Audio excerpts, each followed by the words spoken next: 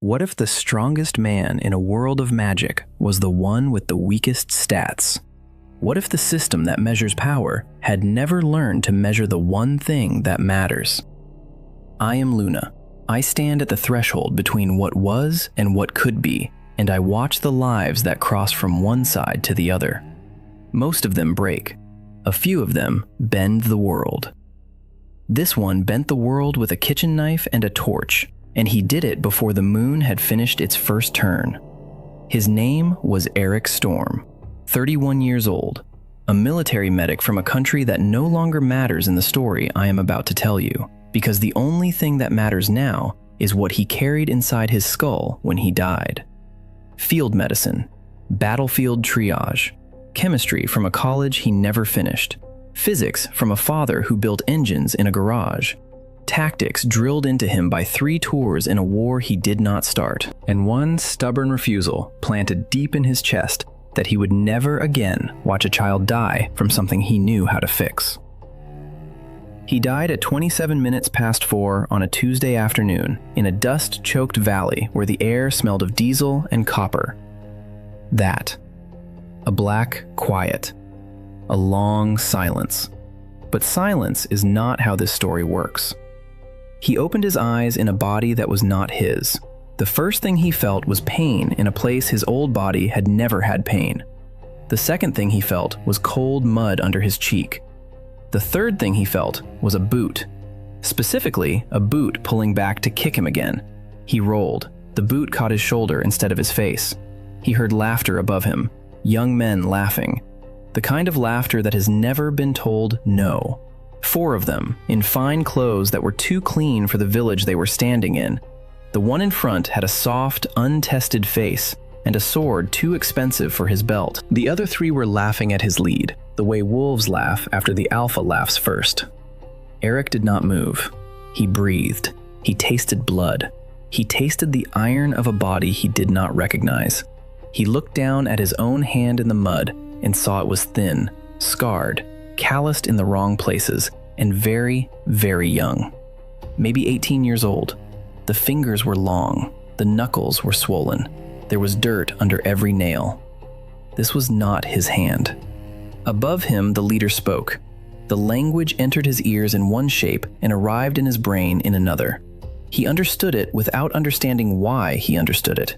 The leader was saying something about teaching a peasant his place, about what happens to peasants who do not bow fast enough, about how his father owned this village, and his father's father owned this village, and any peasant who forgot that fact would be reminded by his boot. The other 3 young men laughed again, on cue. Eric kept his face in the mud. His mind, the part of him that was still a 31-year-old medic, was running. Identify threats, count weapons, map exits. The leader had a sword, but did not know how to hold it. One of the others had a knife. None of them wore real armor. The peasants around them were not interfering. They were watching from doorways, eyes down. This had happened before. It would happen again. That was the village's posture. It was the posture of a place that had given up on justice a generation ago. A window opened in front of his eyes. It was not a real window. It was not painted on the air. It was simply there, hanging in his vision like a thought he could not stop thinking.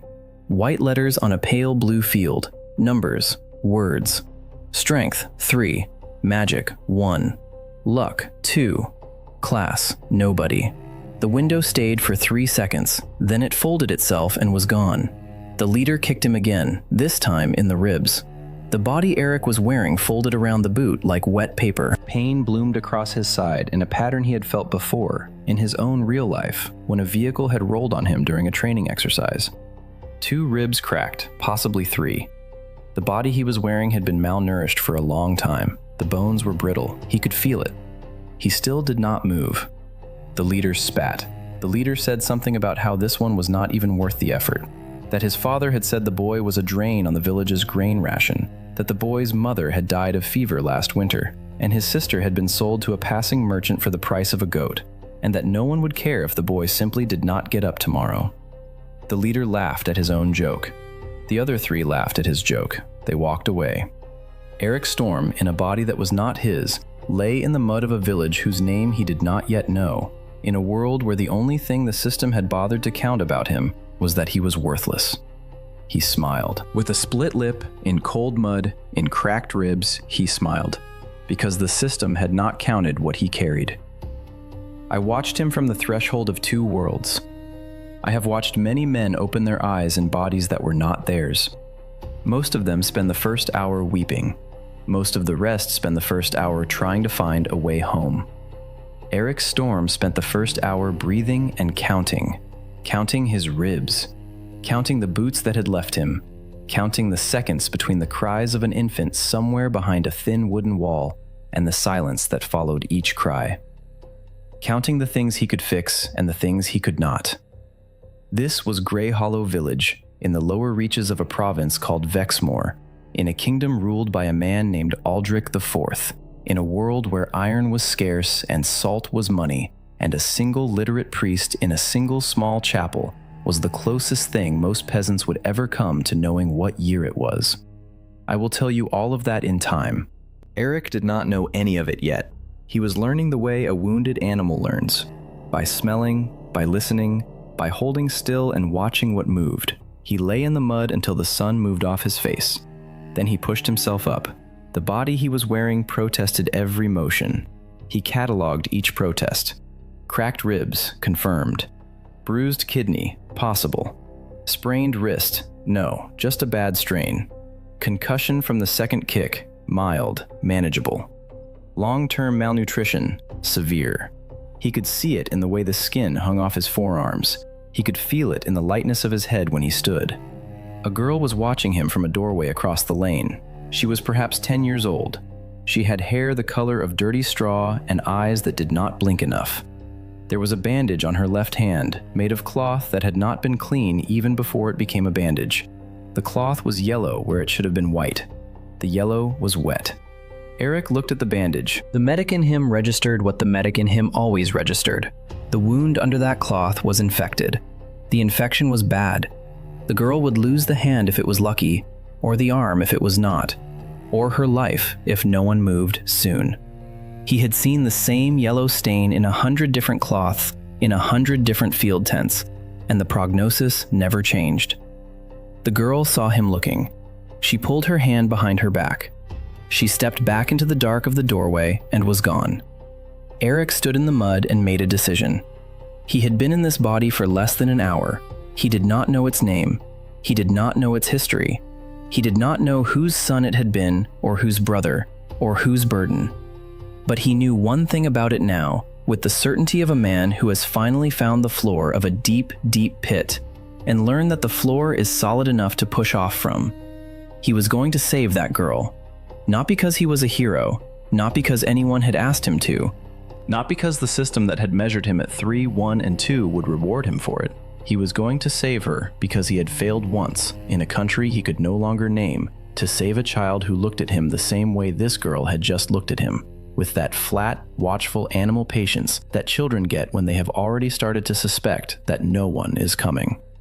He had failed that child. He had not been fast enough. He had not been smart enough. He had not been in the right place at the right time. He was here now. He was in the right place. He was going to be fast enough. He turned and walked toward the doorway the girl had stepped back into. His ribs screamed. He ignored them. He had walked further on worse. The door was rough wood, badly hung, and it did not latch. He pushed it open with the flat of his hand. Inside, the air was thick with the smell of a fever that had been burning for 3 days. He knew that smell. Every medic knew that smell. It was the smell of a body that had begun to eat itself, trying to fight something it could not see. The girl was sitting on a low stool by a cold hearth. Her left arm was on the table in front of her.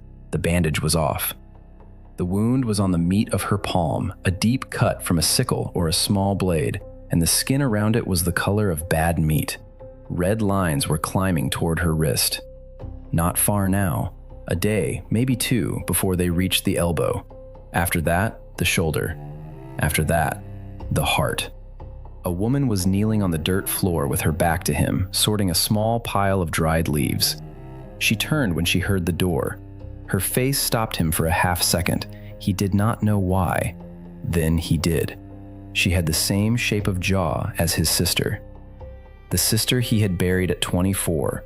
The sister who had died of a sepsis that any clinic in any city in his old world would have walked off in an afternoon with the right antibiotic.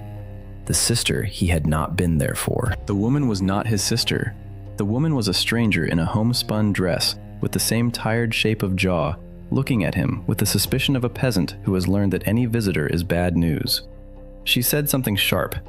He understood the sharpness before he understood the words. She was telling him to get out. She was telling him her daughter did not have whatever he had come to ask for. Eric raised both hands, slow, empty. He said in a voice that was not the voice he remembered having, but his voice now, "I can help her." The woman laughed. It was not a real laugh. It was the laugh of a person who has run out of ways to cry. She said the village knew what he was. She said his own mother had given up on him before the fever took her. She said he had never been able to help anyone, including himself, and she would thank him to leave before her daughter caught whatever drunk stupid he had walked in with. Eric did not argue. Arguing with grief is how you lose grief's trust. He simply walked past her, slowly, hands still empty, and knelt by the girl's table. He looked at the wound without touching it. He looked at the red lines. He counted them. He said quietly, 3 days? The woman behind him went still. He said, she cut it on something rusted, iron, not bronze, probably a tool you keep outside, not inside. The woman did not answer. He said, the fever started the second night. She has been refusing food today. She is thirsty, but the water tastes wrong to her. Behind him, very quietly, the woman said, how do you know that? He did not turn around. He kept his eyes on the wound, because the wound was the thing he could fix, and the mother was the thing he could not yet ask to trust him. He said, because I have seen this exact wound on 27 men. I do not remember most of their names. I remember which ones lived. The ones who lived were the ones whose mothers let me clean the wound before the red lines reached the shoulder. We still have time, not much. We have until tomorrow morning, maybe. After that, I cannot promise anything. He turned his head then, just enough to see her. Her face had not moved, but something behind it had. The suspicion was still there. Under the suspicion, something older and more dangerous was waking up. Hope. Hope is the most dangerous thing you can offer a mother who has already counted her losses. If you offer it and you cannot deliver, she will hate you forever. Eric had been hated before. He could carry it. He said, I need 3 things. Strong drink, the strongest you have or can borrow. Clean cloth, boiled in water for as long as you can count to 200. And a fire hot enough to make a knife glow. The woman said, why? He said, because the thing killing her is too small to see. It lives on the cut. It lives on dirty cloth. It lives on the hands of anyone who touches her without washing first. Strong drink kills it. Boiling kills it. Fire kills it. That is all. There is no magic in it. There is only the knowing of it. She stared at him. Her mouth opened, then closed. Then she said, you are not Edrin. That was the first time he heard the name of the body he was wearing. Edrin. He filed it away. He did not flinch. He said, I am, and I am not. I took a hard hit to the head this morning. Things are clearer than they used to be. We can talk about it after. Right now, your daughter. The woman looked at her daughter. The girl had not spoken. The girl was watching Eric with the same flat, watchful animal patience she had used in the doorway. Children who have learned to be quiet are the hardest patients to read because they will not tell you when it hurts. The girl's eyes were too bright. The fever was climbing. The mother said one word. Yes. Then she moved. I will not tell you every step of what he did next. The work of a medic is not interesting to people who have not done it. The work is small and precise and boring. He boiled the cloth. He heated the knife. He poured the drink, which was a sour grain spirit that the village made, and called Hilda's Tears after the old woman who distilled it, into a wooden cup and then over the wound. The girl screamed once and then bit down on a folded cloth and did not scream again. He opened the wound along the original cut, drained what needed to drain, and you do not need the details. He cleaned. He cauterized the worst of it with the flat of the heated knife, which is a bad tool for the job and was the only tool he had. He packed the wound with boiled cloth. He bound it with more boiled cloth. He told the mother to change the dressing twice a day, to boil the cloth each time, to wash her own hands in the strong drink before she touched the wound, and to call him the moment the red lines moved, in any direction by even a finger's width. He worked for 40 minutes. When he stood up, his ribs reminded him they were broken. He had forgotten them. That is what work does. Work makes you forget the body. The girl was asleep. Her breathing had already changed. Not better yet, not worse. The fever would break or it would not, and he had done what could be done. The mother walked him to the door. At the door, she put her hand on his wrist. Her hand was rough as bark. She did not look at him. She said, "Whatever you are now, stay it." He nodded. He did not have anything to say to that. He stepped back out into the lane. The sun was almost gone. The mud had stiffened. Somewhere, a dog was barking at nothing. A few of the doorways still had eyes in them, watching.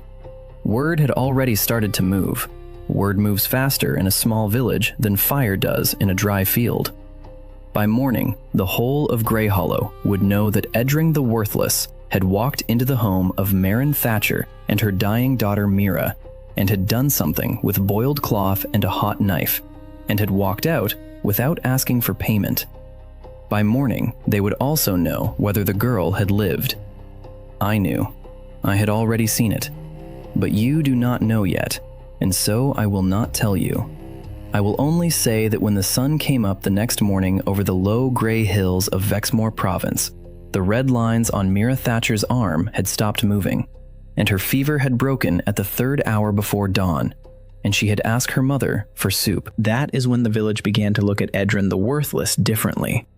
That is when the first crack appeared in the wall that had been built around him before he ever woke up in this body. That is when, in my count of things that matter, Eric Storm's second life truly began. But before we move on, I want you to hold this moment with me, because everything that comes after, every gun he will build, every guard he will train, every province he will take, every lord who will kneel at his gate, all of it begins here. Not with a sword, not with a spell, not with a system window flashing gold and granting him a hidden class. It begins with a man kneeling on a dirt floor next to a child he has just met, deciding that this child is not going to die today because he has the knowledge to prevent it and the will to use it. Everything Eric Storm becomes is already inside this room. The system measured him at 3. The system was not measuring the right thing. The fever broke at the 3rd hour before dawn. By noon, Mira was sitting up. By the next morning, she was walking. By the morning after that, the whole of Greyhollow knew, and the whole of Greyhollow did not know what to do with what it knew. A village like Greyhollow has only one way of explaining things it does not understand. It explains them by deciding who to blame. If the girl had died, the village would have blamed Edrin for the death, and would have driven him out, or worse. The girl had not died. The girl had walked out into the lane on her own 2 feet with a clean bandage on her hand, and asked, in the high, clear voice of a child who has just rediscovered being alive, where Edrin lived, because she wanted to give him a flower. The village did not have a script for that. The first person who came to his door was old Hilda. Hilda was the village's wise woman, which is the polite word a village uses for a woman it would have burned 300 years earlier, and may yet burn 300 years later, depending on the mood of the priest. She was perhaps 60, perhaps 80. No one was sure, including her. She knew which leaves to chew for a toothache, and which to chew for a bad heart, and which to never chew at all. She made the village's strong drink. She delivered the village's babies. She closed the eyes of the village's dead. She was, in her quiet and unofficial way, the only person in Greyhollow who had ever functioned as a doctor, and she had functioned as one badly, because she had never been taught anything except what her own grandmother had been taught, which was what her grandmother had been taught, going back along a line of grandmothers to a time before there had been a kingdom of Aldrich at all. She came to Edrin's door at the 2nd hour after sunrise. She did not knock. She pushed the door open the way a woman pushes open a door she has pushed open 100 times before, and she stood in the frame and she looked at him. He was sitting on the floor. The body he was wearing had no chair. He was rebandaging his own ribs with a strip of cloth he had boiled the night before. He had used the same method he had used on Mira. He had treated his own body like a patient, because that is what a medic learns first. Take care of the equipment. The equipment is you. Hilda looked at him for a long time. Then she sat down on the floor across from him without being invited. Her knees popped. She did not seem to mind. She said, "Show me how you did it." He did not pretend not to understand. He said, "I will. But first I need you to understand why. Because if you only learn how, you will only be able to do the one thing. If you understand why, you will be able to do 1,000 things I have not even shown you yet." She tilted her head. "The way a bird tilts its head at something it has not decided whether to eat." She said, "Teach me." So he did. He drew, in the dirt of his own floor with a piece of charcoal, a circle. He said, "This is the wound." He drew small dots inside the circle. He said, "These are too small to see. They are alive. They eat what is in the wound. They make more of themselves. The more of them there are, the sicker the person is. The redness is your eyes seeing the war they are fighting against the body. The fever is the body burning itself to kill them. Sometimes the body wins. Sometimes the small things win. We can help the body win." She said, "How do you know they are there if no one can see them?" He said, "Because everywhere we have proven they are there, the rules of the wound stay the same. Boil the cloth, fewer people die. Burn the knife, fewer people die. Wash the hands, fewer people die. We did not see them for a very long time, but we saw what they did. And then we made better and better eyes, and eventually we saw them too. I cannot show you my eyes, but I can show you the rules. The rules are real, even if you do not see what they describe. Do you understand?" She thought about it for a long time. She had a face that did not show thinking, but he could see the thinking by the way her hands moved in her lap. She said, "When my mother was a girl, she lost 3 sisters to the summer fever. My grandmother said it was the river spirit. My mother said it was bad air from the marsh. I said it was the water itself. I made the village boil the water in the bad months, and the children stopped dying so much. The priest said I was lucky. I said, luck has no calendar. The priest stopped speaking to me. The children kept not dying. So I was right and the priest was wrong, but the priest is still the priest." She looked up at him. "Is this like that?" Eric Storm, sitting on the floor of a body that was not his, in a village whose name he had learned 2 days ago, in a world whose maps he had not yet seen, smiled with a split lip at the first true ally his second life had given him. He said, "Yes, it is exactly like that. You already know how to do this. I am going to teach you the rest of it." She stayed for 4 hours. When she left, she took with her 3 new ideas, 2 new techniques, and 1 promise. The promise was that she would come back every day at the same hour for as long as he would teach her, and that she would teach the village what he taught her, and that she would tell the priest nothing. That was the second person to choose him. The third person was the merchant Garrick.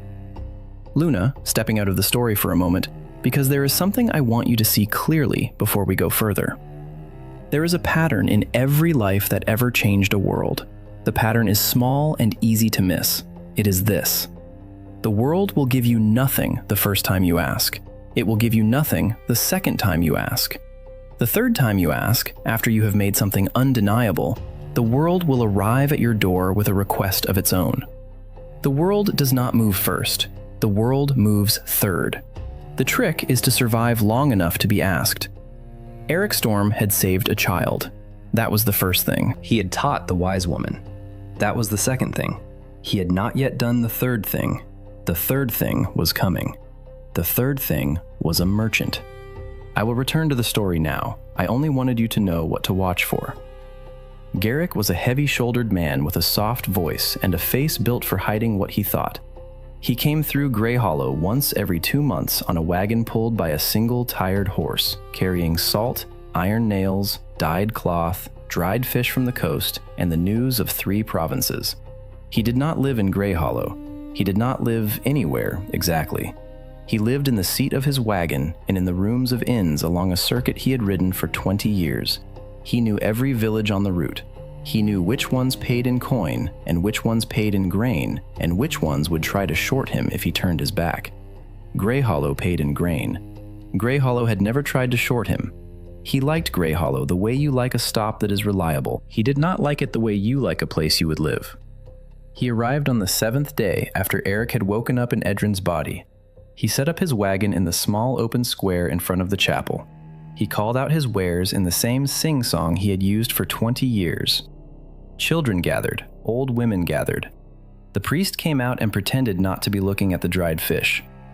Garrick noticed, halfway through the morning, that something in the village was different. It took him an hour to put his finger on what. The village was cleaner. Not clean, just cleaner. The water buckets at the well had wooden lids on them, which was new. 2 of the women at the well were washing their hands before they drew water for the day's cooking, which was new. The smell of the lane behind the chapel, which had for 20 years been the smell of a lane that doubled as a latrine, was less bad. Not good, just less bad. He sniffed the air twice, frowning, before he understood that someone had moved the latrine away from the well. Garrick was a merchant. A merchant lives by noticing small changes. Small changes means someone in the village has had an idea, and an idea is the most tradable thing in the world, because most people will sell theirs for very little, not understanding what they have. He asked the priest who was responsible. The priest pursed his lips and did not answer. He asked one of the women at the well. She crossed herself and said, "Edrin." Garrick laughed. He knew Edrin. Edrin was the village joke. Edrin was a half-starved boy whose father had died in a logging accident and whose mother had drunk herself into a fever, and who had been kicked around by every noble brat who passed through on his way to better roads. Edrin was not responsible for anything except occupying a corner of a hut he could not afford to roof. The woman did not smile back. She said, "He is not the same as he was. Go see for yourself." Garrick went to see for himself. He found Eric in the small dirt yard behind the hut that the village called Edrin's, although Edrin had inherited it from a father who had inherited it from a man who had built it badly 50 years before. Eric was kneeling by a small clay bowl. In the bowl was a black powder. Next to the bowl were 3 small piles. One was yellow, one was gray, one was black. Charcoal, Garrick recognized. The black pile was charcoal. The other 2 he did not know. Eric looked up. His face had a bruise the color of an old plum along one cheekbone. His ribs were bound. His eyes were perfectly clear. He said, "You are Garrick the merchant." Garrick said, "I am." Eric said, "Sit down. I want to show you something. I am going to make a noise. The noise will be loud. Do not draw your knife. I am not going to hurt you." Garrick sat down. He sat down because no one in Greyhollow had ever spoken to him in that voice before. It was not the voice of a peasant. It was not the voice of a noble either. It was the voice of a man who had once been used to giving orders and who had set the giving of orders aside for a reason, but had not forgotten how. Eric took a pinch of the black powder from the bowl. He placed it on a flat stone. He took a small ember from a clay dish he had kept smoldering. He touched the ember to the powder. The powder flashed. It was not a large flash. It was the size of a fist of fire, and it lasted less than a heartbeat, and it left a small black mark on the stone and a small curl of acrid smoke in the air. It was the smallest possible demonstration of the smallest possible quantity of the simplest possible recipe for a substance that, in Eric Storm's old world, had ended one age of human history and begun another. Garrick did not flinch. That was the first thing Eric liked about him. Garrick said, slowly, "What was that?" Eric said, "That was a question I am about to answer, but first I want to ask you one. How much do you make on this circuit in a year, roughly?" Garrick told him. Eric did the math in his head. The number was small by the measures of his old world and very large by the measures of this village. He nodded once. He said, "I can make you twice that in 8 months. I do not want your wagon. I do not want your circuit. I want a partner who knows the roads, who knows the inns, who knows which provincial captain takes bribes and which one shoots messengers. I have the knowledge, you have the route. We split clean down the middle until we are both rich enough to argue about it, and then we renegotiate like adults. Yes or no? Garrick stared at him. Garrick had been offered a great many things in 20 years on the road. He had been offered stolen cloth at half price. He had been offered a young widow's farm in exchange for taking her 3 children to the coast. He had been offered, once, the chance to carry a sealed letter to a man in the capital in exchange for more gold than he had ever held at one time. He had said no to all of them, because a merchant who lives long lives by saying no. He looked at the small black mark on the stone. He looked at the small curl of smoke which had not yet faded from the air. He looked at the thin, bruised, perfectly calm young man across from him, who had spoken to him in the voice of a man who had given orders in a world Garrick had never seen. He said, "What is your name? Your real name, because you are not Edrin." Eric Storm did not blink. He said, "My name is Eric. I will tell you the rest of it when we know each other better. For now, that is enough. Yes or no, Garrick?" Garrick was quiet for the time it takes a slow man to count to 10 and a fast man to count to 30. He was not a slow man. He took the long count anyway, because the long count was what the moment deserved. Then he said, "Yes." That was the third person to choose him. The wheel had begun to turn. The first 3 months in Greyhollow were a quiet country. I do not mean that nothing happened in them. A great deal happened in them. I mean that the things that happened in them were the kind of things that do not look, from the outside, like a kingdom being built. They looked like small village business. A new latrine pit, dug 50 paces downhill from the well, lined with lime that Eric had taught Hilda to burn from local limestone. A small workshop behind Edrin's hut, with a low stone furnace that Eric had drawn the design for, and Garrick had paid 2 men from a neighboring village to build. A schedule of hand washing at the well that the women had adopted after the second child had recovered from a wound that, 6 months earlier, would have buried her. A small ledger that Garrick kept in the locked drawer of his wagon, in which he wrote down, in a hand only he could read, the names of 3 buyers in 3 different provincial towns who had asked in the last 6 weeks whether his new line of glass vials with sealed stoppers might be available in larger quantities, and at what price. I will tell you about the glass vials.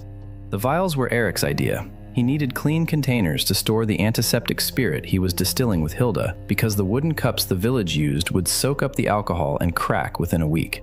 Glass was scarce in this part of the kingdom. It was made in 2 cities only, both far to the south, and it was expensive because the trade in it was controlled by a guild that did not allow apprentices to leave. Eric did not need fine glass. He needed bad glass. He needed glass that held a stopper, that did not leak, and that he could make from local sand, local ash, and a furnace hot enough. He built the furnace. He built it badly, the first time. The chimney drew wrong, and the heat would not climb. He took it apart. He built it again. The second time, the heat climbed, but the clay lining cracked. He took it apart. He built it a third time, with a better lining made from a clay Hilda knew of, 3 valleys over, that the potters in her grandmother's day had used for the kilns. The third furnace held. The first batch of glass was ugly. It was greenish. It was full of bubbles. It was strong enough to hold a stopper and not leak. Garrick took 6 of those vials to the next town on his circuit. He came back with an order for 200. He came back with the order 1 week before the noble brat at the start of this story came back to Greyhollow to remind a certain peasant of his place. The noble brat's name was Brennan Hale. I will tell you about Brennan Hale, because Brennan Hale is going to kneel at Eric's gate before the year is out, and you should know who he is before he kneels. Brennan was the 3rd son of Lord Cassian Hale, who held a minor seat in the province of Vexmoor, and owned, among other things, the village of Greyhollow. 3rd sons in this kingdom did not inherit. 3rd sons were given a sword they had not earned, an allowance they had not worked for, and a vague expectation that they would either die in a war, marry into a better house, or become a problem the family quietly disposed of in their 40s. Brennan was 19. He had been raised on the assumption that his name was a kind of weapon, and that he could swing it at anyone smaller than him without consequence. The assumption had been, until now, correct. He came back to Greyhollow on the 4th day of the 4th month after Eric had woken up there. He came with the same 3 companions as before. He came because he had heard from a wagoner on the road that the peasant boy he had beaten outside the chapel had become some sort of village curiosity. He came because curiosities are things you put a stop to in his family before they grow into stories. He came at sundown. He came with torches. He found the village quiet. That was the first thing that was wrong. A village in this kingdom at sundown was supposed to be loud. Doors closing, children being called, dogs being kicked off porches. Greyhollow was none of those things. Greyhollow was hushed. The doors were already closed. The children were already inside. The dogs were not on the porches. The lane was empty except for one man standing in the middle of it, between Brennan's horse and the small workshop behind it, with the back of his head to Brennan and his face to the workshop door. He was not running. He was not hiding. He was standing. Brennan reined in his horse. His horse, which was a better trained animal than its rider, stopped cleanly. The 3 companions reined in behind him in a loose, badly spaced line. Their torches threw long, jumping shadows down the lane. One of the shadows fell across the standing man and did not make him move. Brennan said, loud enough for the closed doors to hear, "Edrin, turn around." The man in the lane turned around. It was not the face Brennan remembered. The face Brennan remembered had been swollen, bloody, looking at the mud. This face was clean. This face was thinner than 4 months ago, but the thinness was a different kind of thinness now. It was the thinness of a man who had been eating enough, finally, and using all of it. The bruises were long gone. The eyes were the wrong eyes. They were not the eyes of a peasant. They were not afraid. Brennan did not like the eyes. He covered his not liking with volume. He said, "I hear you have been busy." Eric said, "I have." Brennan said, "I hear you have been making things, selling things, without permission, on my father's land." Eric said, "I have been making things. I have been selling things. Garrick the merchant carries them on his route. He pays your father's tax at the crossing of every province he enters, and your father's clerks have signed the receipts. If your father wishes to see the receipts, I can have Garrick bring copies. If your father wishes a separate arrangement for goods produced in his villages, I am ready to negotiate one. I assumed someone would come. I assumed it would be a clerk. It is interesting that it is you." Brennan's 3 companions glanced sideways at each other. They had not been prepared for sentences. They had been prepared for cowering. The transition was throwing them. Brennan dismounted. He did it badly. He almost caught his sword on the saddle. He recovered with the small, angry shrug of a man who is not going to acknowledge that anything has gone wrong. He walked toward Eric. He stopped 4 paces away. He put his hand on the hilt of his sword. He did not draw it. The not drawing was important. The not drawing was Brennan still trying to believe that this was the same lane and the same peasant and the same evening as 4 months ago. He said, "I am going to teach you what happens to peasants who forget who owns them." Eric did not move. He said, quietly, almost gently, "Brennan, before you do anything else, I want you to look at the windows." Brennan, against his will, looked at the windows. He had not noticed until he looked that there were faces in every one of them. Not many faces, just one face per window. Quiet faces, watching, not afraid, counting. Brennan said, "So what? Peasants watch." Eric said, "Yes, they watch. 4 months ago when you kicked me in front of this chapel, they also watched. They watched and they did nothing because they had nothing. They had no medicine. They had no money. They had no work that did not belong to your father. They had no one who had taught them what they were worth. Tonight, they have all of those things, and tonight they are still watching. And tonight, what they are counting is whether the man who kicked me 4 months ago is still allowed to walk out of this lane on his own legs. I am not threatening you, Brennan. I am telling you what the room thinks. I would like you to understand the room before you decide what to do in it." Brennan's hand had not left the hilt of his sword. The hand was tighter now than it had been a moment ago. The hand was tight because the body that the hand belonged to had just understood, before the brain had finished understanding, that the room had changed. Behind Brennan, the three companions had also begun to understand. One of them, the one with the knife, took a small step back toward the horses. It was a small step. It was not a small signal. Brennan said, "You think peasants will fight for you?" Eric said, "I think they will not need to. I think you are going to ride out of here tonight. I think you are going to tell your father that the village of Greyhollow has begun trading glass and salt and small medicines through the merchant Garrick, that the tax is being paid in full at every provincial crossing, and that any future business between House Hale and Greyhollow should go through the village's new workshop, which has a name now, and which will receive his clerks at any reasonable hour. I think you are going to do this because the alternative is going to be a story your father does not want told in the capital. I do not need to tell you what story. You can already see it. You can see it in the windows." Brennan's face went through 3 colors in 4 seconds. Red, white, red again. He had been raised on the assumption that his name was a weapon. He was discovering, in the lane in front of a workshop that had not existed when he had last ridden through this village, that his name was a weapon only as long as no one had a better one. He did not yet know what Eric's better weapon was. He could feel that it existed. He could feel it the way a man in a dark room feels another man breathing. He could have drawn the sword. I want you to understand this. I am the one telling this story, and I have stood at this threshold 1,000 times, and I want you to understand that the moment was not certain. He could have drawn the sword. He could have died on it. Half the village could have died with him, because Brennan's 3 companions still had torches, and Greyhollow was made of dry wood and old thatch. And a fire in a village like that does not ask whose side it is on. The story I am telling you could have ended in this lane on this evening, with no provinces taken, no kingdom shaken, no king ever writing the letter that is coming. Eric Storm could have died here. He did not die here. He did not die here because in the long count of seconds while Brennan's hand sat on the hilt of his sword and Brennan's face went through 3 colors, the door of the workshop behind Eric opened. Old Hilda stepped out. She had her hands folded in front of her. She had her gray hair tied back. She was not armed. She did not need to be. She said in a voice that the whole lane heard, "Lord Brennan, your mother had the spotted fever when you were 4. I was the one your father sent for. I am the reason you are standing here tonight. I am asking you, now, to get back on your horse. I am asking you as the woman who held you when you were a baby with a fever of 104.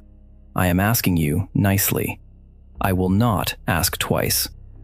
Brennan's hand came off the hilt of the sword. It came off the hilt because Brennan, like every noble brat in every kingdom in every world I have watched, had exactly one weakness. And the weakness was the small handful of common women who had wiped his nose and held his head over a basin when he was sick, and who therefore could not be lied to, because they had already seen him at his smallest. Hilda was one of those women. Brennan had forgotten she lived here. He had forgotten because he had stopped seeing her as a person 12 years ago, around the time he had grown taller than her. She had not forgotten him. He got back on his horse. He did it better than he had got off it. Pride does that. Pride makes you ride straighter when you are losing. He looked down at Eric. He said, "This is not over." Eric said, "It is for tonight. Ride safely, Lord Brennan. The road south washed out 2 days ago. Take the east road. The east road is dry." Brennan stared at him for one more breath. Then he turned the horse. The 3 companions turned their horses. Badly. They rode out of Greyhollow at a trot that wanted to be a gallop and was not allowed to be. The faces in the windows did not move until the sound of the hooves was gone. Then the faces in the windows did something I had not expected, and I have seen a great many things. They did not cheer. They did not come out into the lane. They did not pour into Eric's workshop with congratulations. They simply, one by one, nodded. A single small nod from each window, then the shutters closed. It was the quietest oath of loyalty I have ever watched a village swear. It was also the most binding. Old Hilda turned to Eric. She said, "You knew he would come back." Eric said, "I knew someone would. I did not know it would be him. I am glad it was him. He is the stupidest of his father's sons. We needed the stupidest one to come first, so that the smarter ones learn from his report and arrive prepared to talk." Hilda looked at him for a long moment. Then she said, "You are not from here. I do not mean from Greyhollow. I mean from anywhere I have ever heard of." Eric said, "No." She said, "Will you tell me? One day?" He said, "One day." She nodded. She went back into the workshop. The lane was empty again. The torches were gone. The moon was up. I want to step out of the story one more time, just for a moment, because the next part is going to move quickly, and I want you to hold something before it does. The thing I want you to hold is this. Eric Storm did not defeat Brennan Hale with a sword. He did not defeat him with gunpowder. He did not defeat him with any of the modern knowledge I have been telling you about for the last hour. He defeated him with a village. And he had built the village out of one saved child, one trained midwife, one honest merchant, and 4 months of work that had not, on any single day, looked like the building of an empire. It had looked like small business. It had looked like a latrine being moved 50 paces. It had looked like hands being washed at a well. It had looked like a furnace being built 3 times. The thing the system measured at 3 was, by this evening, the thing the system could no longer reach. Now we can move quickly, because once a village has nodded from its windows, the rest is only a matter of time. By the end of the 6th month, the workshop behind Idrin's hut was not behind Idrin's hut anymore. It was a stone building of its own, with 3 furnaces, a glass kiln, a small powder mill, a distillery, and a locked room that only Eric, Hilda, and one other person had a key to. The other person was Lyra. Lyra Vexa was the widow of the village blacksmith, who had died 2 winters before of a chest wound that Hilda had not been able to close, and that Eric, had he been there, could have closed in 20 minutes. She was 29. She had black hair that she wore in a single thick braid, and eyes that did not waste themselves on things that did not matter. She had run her husband's forge for 2 years after his death, because no one else in the village had been willing to admit they did not know how.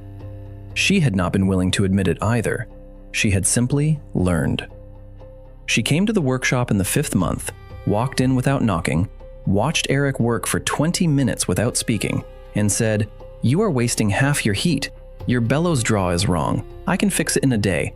I will fix it for nothing if you teach me what is in the locked room." Eric looked at her. Hilda, in the corner, did not look up from her mortar. Hilda was smiling. Hilda had been waiting for Lyra to walk through that door for 2 months. Eric said, "Fix the bellows. We will talk about the locked room over dinner." She fixed the bellows in half a day. They talked about the locked room over dinner. They talked about a great many things over a great many dinners after that. By the end of the 7th month, Lyra had moved her things into the small room above the workshop, and Greyhollow had stopped pretending to be surprised. They were not married. They did not need to be, yet. They were partners in the way that adults become partners when they have both already buried a previous life and have agreed, without saying it, that the next life will be built together or not at all. Lyra ran the forge side of the workshop, Eric ran the chemistry side, Hilda ran the medicine, Garrick ran the route. The 4 of them, by the 8th month, were no longer a workshop. They were a small company. The small company had a name written in chalk above the workshop door in Eric's hand. The name was Stormwork. It is not a clever name. Eric was not a clever man with names. He was a clever man with everything else. Stormwork's products by the end of the 8th month were the following: antiseptic spirit in sealed glass vials, sold to every midwife and field surgeon on Garrick's route. Lime for latrines and for whitewashing sick rooms, sold by the cart. A simple pivoting compass in a brass case, sold to merchants and to one provincial cartographer who had ordered 6 and asked for 6 more. Black powder, sold to no one, kept in a locked stone outbuilding, 50 paces from the main building, with a single iron-bound door and a key that only Eric carried. Small medicines, mostly extracts and tinctures, that Hilda had been making for 40 years and that now sold in vials at 4 times what she had ever charged in the village, because Garrick had explained to her, gently, that her medicines had always been worth 4 times what she had charged, and that this was not greed, it was correction. The money came in, the money was used. Eric did not buy himself anything. Eric bought iron. Eric bought salt. Eric bought books, when Garrick could find them, in a kingdom where books were rare and expensive, and largely useless. Eric did not care that most of them were useless. He bought them because he was building, in a small room above the workshop, the beginning of a library. And a library has to begin somewhere, and the somewhere is always with mostly useless books that one day a child will read and find one true sentence inside. He bought, also, weapons. Not many. He bought 12 good iron-tipped spears, 8 short swords of decent provincial make, and 2 crossbows. He did not buy them to fight a war. He bought them because Brennan Hale was going to come back, and the next time he came back, he was not going to come back stupid. Eric was right. Brennan Hale came back in the 9th month with 40 men. I will not describe the battle in detail because the battle was not the point. The battle was 20 minutes long, and most of it happened in the dark. And it ended with Brennan Hale on his knees in the small square in front of the chapel, with a kitchen knife at his throat held by a thin man in a torn brown tunic standing in front of a burning tree line with a full moon coming through the smoke. You have seen that picture. It's edge, because Eric had spent 6 weeks preparing for exactly this night, and Brennan had spent 6 weeks preparing for the same night he had imagined 4 months earlier, which was a different night entirely. Eric had pitfall trenches on the South Road, dug shallow and covered, designed to break horse legs without killing the riders. He had a wire and bell trip line across the East Road, 3 of them staggered. He had Lyra and 4 men with crossbows on the chapel roof. He had Hilda and the village women in the cellar of the workshop with the children, with the door barred from the inside. He had Garrick's wagon parked across the North Road with the horse cut loose so that the road was blocked and could not be quickly cleared. He had in the small powder shed a single sealed clay jar with a slow match, prepared but unlit, because he did not yet want the kingdom to know that he had powder. He had in his hand a kitchen knife and a burning torch. He had behind him 11 men of Greyhollow that he had trained in 8 weeks the basic discipline of a line. Stand. Hold. Strike on the 3rd count, not the 1st. Drop the spear if the spear is held. Pick up the next man if the next man falls.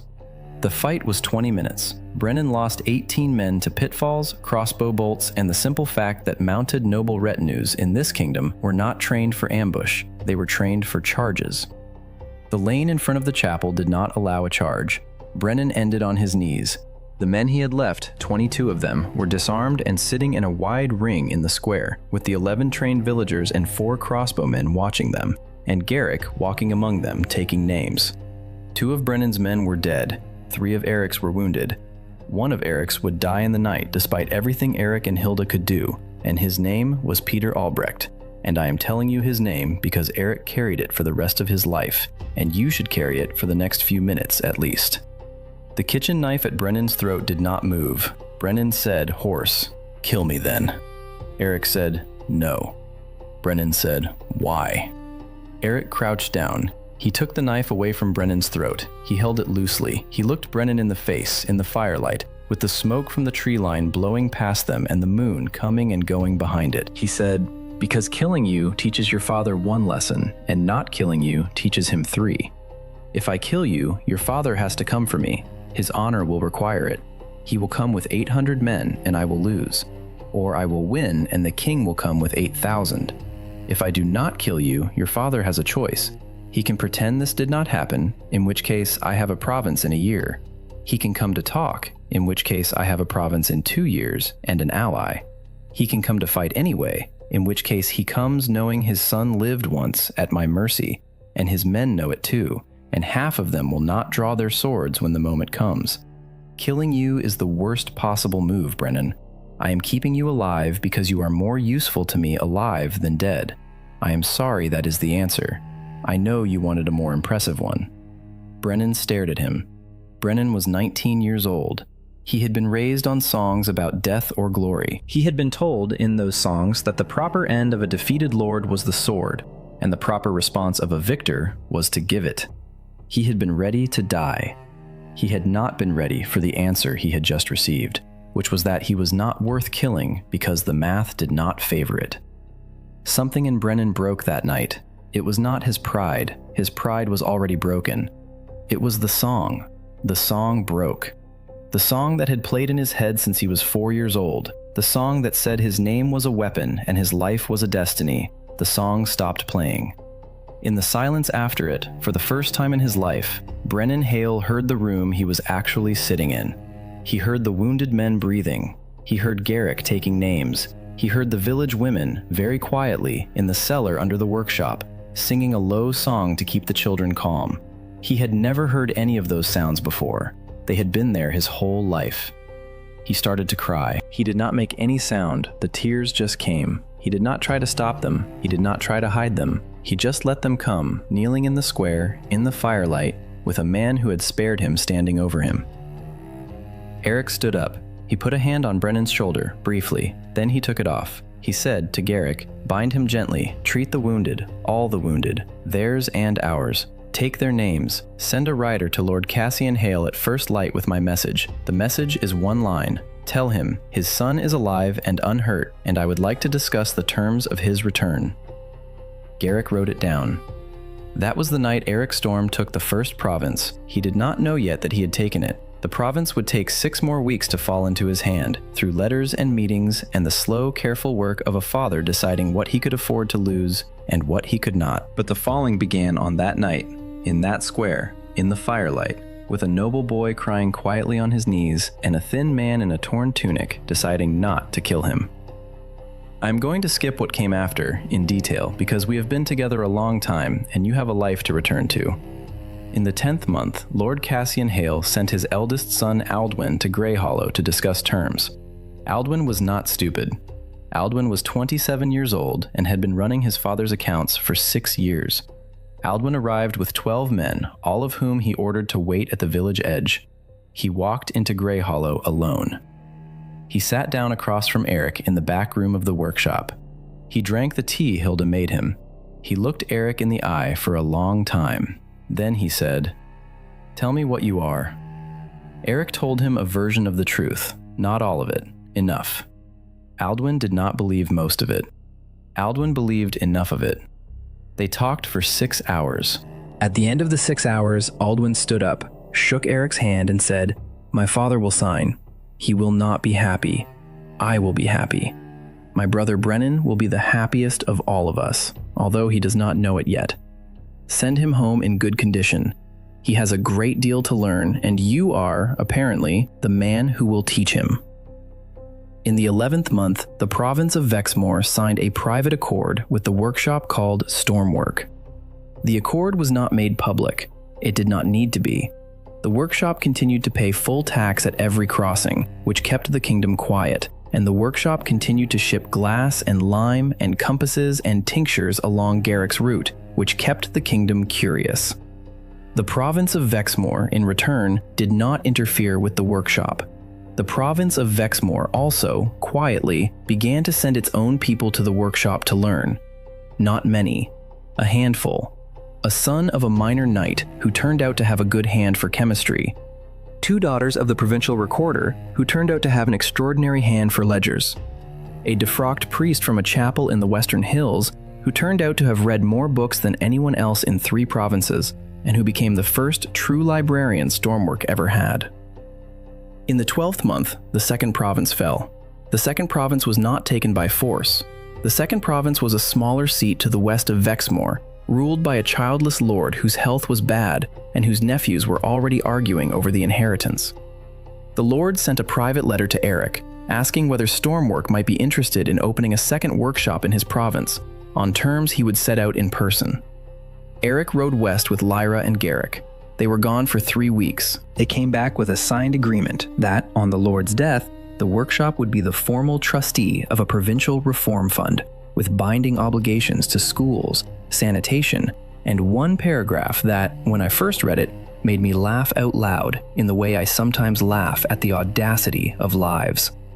The paragraph said that the workshop would have the right to maintain an armed guard of up to 200 men on the Lord's lands for the protection of trade. 200 men, written in ink, signed by a man who knew he was dying. He died in the 14th month. The province passed, by his will, into a trust the workshop controlled. The nephews protested. The king did not intervene. The 3rd province, by then, was already in conversation. The 3rd province did not fall in the 1st year. The 3rd province fell in the 3rd year. I am compressing now because we are at the end. The third province was a coastal seat with a harbor, and a harbor changed everything. With a harbor, Stormworks glass could be shipped to cities Garrick's wagon had never reached.